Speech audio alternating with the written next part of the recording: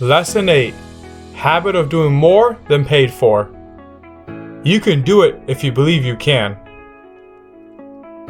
Great artists usually love their work. When engaged in work you love, you may work at it in long hours without feeling fatigue. Those who dislike and hate work, fatigue comes quicker, and endurance therefore really depends on what you like and don't. It's easier to have less endurance in work when you don't desire it. A man is more efficient and will work quickly and will easily succeed when engaged in work that he loves, or work that he performs in behalf of some person whom he loves.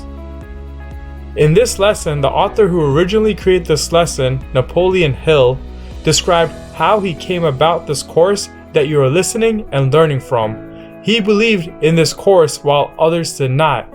His in-laws, wife, friends, all expected for him to have a salaried position where he would make enough to take care of his family. Napoleon Hill was passionate and believed in this lessons to be taught that he had sacrificed immediate money to acquire knowledge. Reflect on how you would react if someone offered you $10,000 immediately, or would you sacrifice that money to earn it yourself in your way by pursuing your own dreams? There are so many startup companies and businesses that get bought out because of instant money, or they come to an obstacle and just allow others to acquire their company. Then there are a few who don't accept immediate money, who go through the obstacle and in return learn a great lesson. This knowledge and wisdom takes time to acquire. Time is more important than money. Why do you think companies pay you money in exchange for your time? There are 2 reasons why you should perform more service and better service than that which you are paid. First, by establishing a reputation as being a person who always renders more service and better service than that which you are paid. You will benefit by comparison with those around you who do not render such service, and the contrast will be so noticeable that there will be keen competition for your services, no matter what your life work may be. Think of this for a moment. If you are similar to all the other lazy people at work, you are as replaceable as those lazy people. If you do more and stand out in a unique positive way, you're in a better situation than most. You have more leverage, more special treatment, more say. It benefits you in a greater way, as your leaders will want to compensate you in different ways to keep you happy and driven. Second, by far the most important reason why you should render more service than that which you are paid, a reason that is basic and fundamental in nature, may be described in this way. Suppose that you wish to develop a strong right arm. Suppose that you tried to do so by tying the arm to your side with a rope, thus taking it out of use and giving it a long rest. Would disuse bring strength, or would it bring atrophy and weakness, resulting finally in you being compelled to have the arm removed? Now take another minute to think this through. If you don't practice and put your best to use, you are wasting your talent and might as well cut your talent off. You're tying your talent and not using it.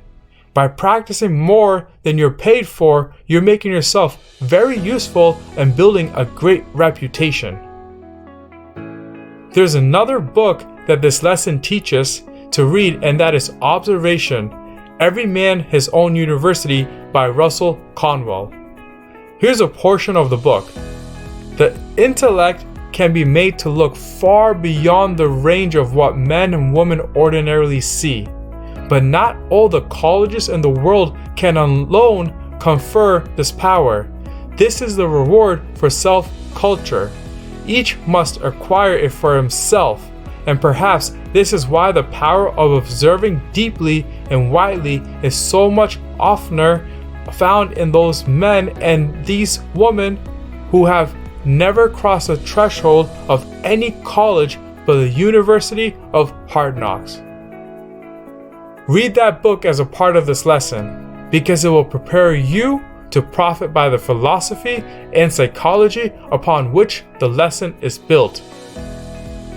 The purpose of this lesson is to increase your returns.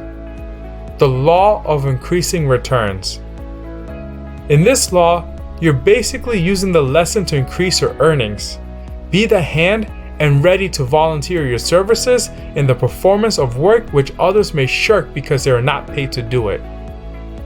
You have the good judgment to make yourself so useful that the person to whom you sell your services cannot get along without you. Here's a story. There was a man who was working in an office. He wasn't paid much as he was just a stenographer. A lawyer had approached this man who worked on the same floor as a man's boss. The lawyer had asked this man, "Do you know of any stenographers? I need some work done today." The man replied, "Every stenographer is at the ball game, and had you asked me 5 minutes later, I will be there too. But I can skip the ball game and go any other day." This man went to help the lawyer. After the man was finished helping the lawyer asked, "How much do I owe you?" The man replied, $10,000, and if it were someone else, it would have been free. The man made a joke and the lawyer laughed. 6 months later, the man never thought to actually have been paid his $10,000. He received an offer of his salary to be increased by $10,000 if he starts working for the lawyer. Think, how much time do you ever try to spend doing more than you're paid to? If you spend just 1 hour a day doing more than you're paid to, the law of return will give you more. That hour will be a great investment. Now, before moving on, ask yourself, why have you not applied this law so it is an advantage to you? Do not continue until you answer this question. You have been deliberately cheating yourself. A person who thinks I won't do more since I'm not paid more is cheating themselves. Remember, time is more valuable than money, and money is not as valuable as time.